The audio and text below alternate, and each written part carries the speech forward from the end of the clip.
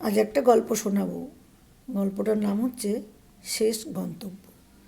লেখক শুভদীপ ঘোষ। রাত তখন প্রায় 2টো। পাহাড়ি আঁকাবাঁকা রাস্তা দিয়ে নিজের পুরনো হলুদ ট্যাক্সিটা নিয়ে ফিরছিল বিমল।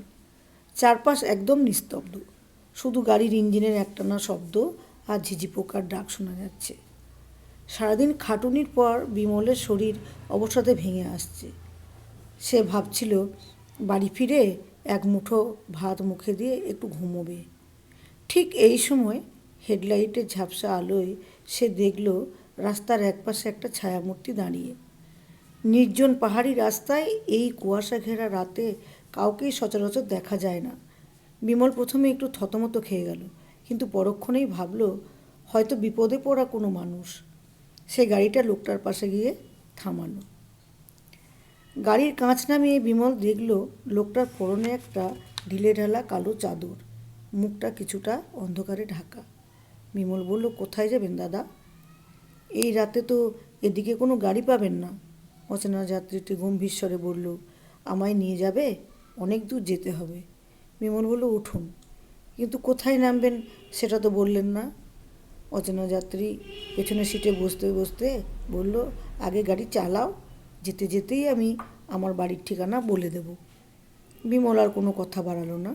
সে ভাবলো লোকটা হয়তো এই এলাকারই হবে, নামার সময় জায়গা দেখিয়ে দেবে। গাড়ি চলছে। দুপাশে গভীর জঙ্গল আর এক পাশে গভীর খাদ। বিমল আর চোখে আয়নায় লোকটিকে দেখার চেষ্টা করল, কিন্তু অন্ধকার আর কুয়াশায় কিছুই স্পষ্ট নয়। হঠাৎ পেছনের সিট থেকে যাত্রীটি কথা বলতে শুরু করলো। অচেনা যাত্রীটি বলল, এই রাস্তা খুব সুন্দর, তাই না বিমল? কিন্তু খুব বিশ্বাসঘাতক। লোক এখানে এসে দিক ভুল করে ফেলে। বিমল অবাক হয়ে বলল, আপনি আমার নাম জানলেন কি করে? আমি তো আপনাকে বলিনি। অচেনা যাত্রী হেসে বলল, ওটা ব্যাপার নয়। এই রাস্তা দিয়ে আমি যখন নিজের গাড়ি নিয়ে ফিরতাম তখন ঠিক এই রকমই এক রাত ছিল। আমার খুব বাড়ি ফেরার তাড়া ছিল জানো, ঘরে সবাই অপেক্ষা করছিল।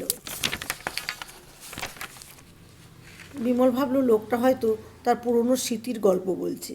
সে কোনো বিপদের আঁচ করতে পারেনি। সে শুধু মন দিয়ে গাড়ি চালাচ্ছিল। যাত্রীটি বলতে থাকলো, সেদিনও এই মোড়টাতেই আমার গাড়ির চাকাটা পিচ লেগিয়েছিল জানো বিমল। গাড়িটা যখন নিয়ন্ত্রণ হারালো তখন আমার একটুও ভয় লাগেনি। আমি শুধু ভাবছিলাম বাড়ি যাওয়ার পথটা কি আজ এভাবেই বদলে যাবে। বিমল অস্বস্তি বোধ করতে শুরু করলো।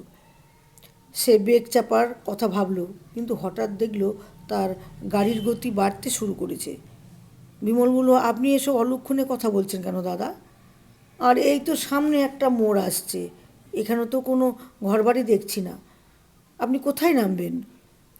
যাত্রীটি হঠাৎ সামনের দিকে ঝুঁকে এসে বিমলের কানের কাছে শীতল গলায় বলল, এই তো এসে গেছি, এই তো আমার বাড়ি, ঠিক এইখানেই গাড়ি থামাও।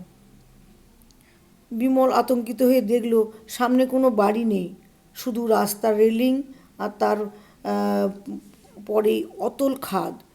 সে প্রাণপণে ব্রেক চাপার চেষ্টা করলো, কিন্তু প্যাডেলটা একদম ঢিলে হয়ে গেছে।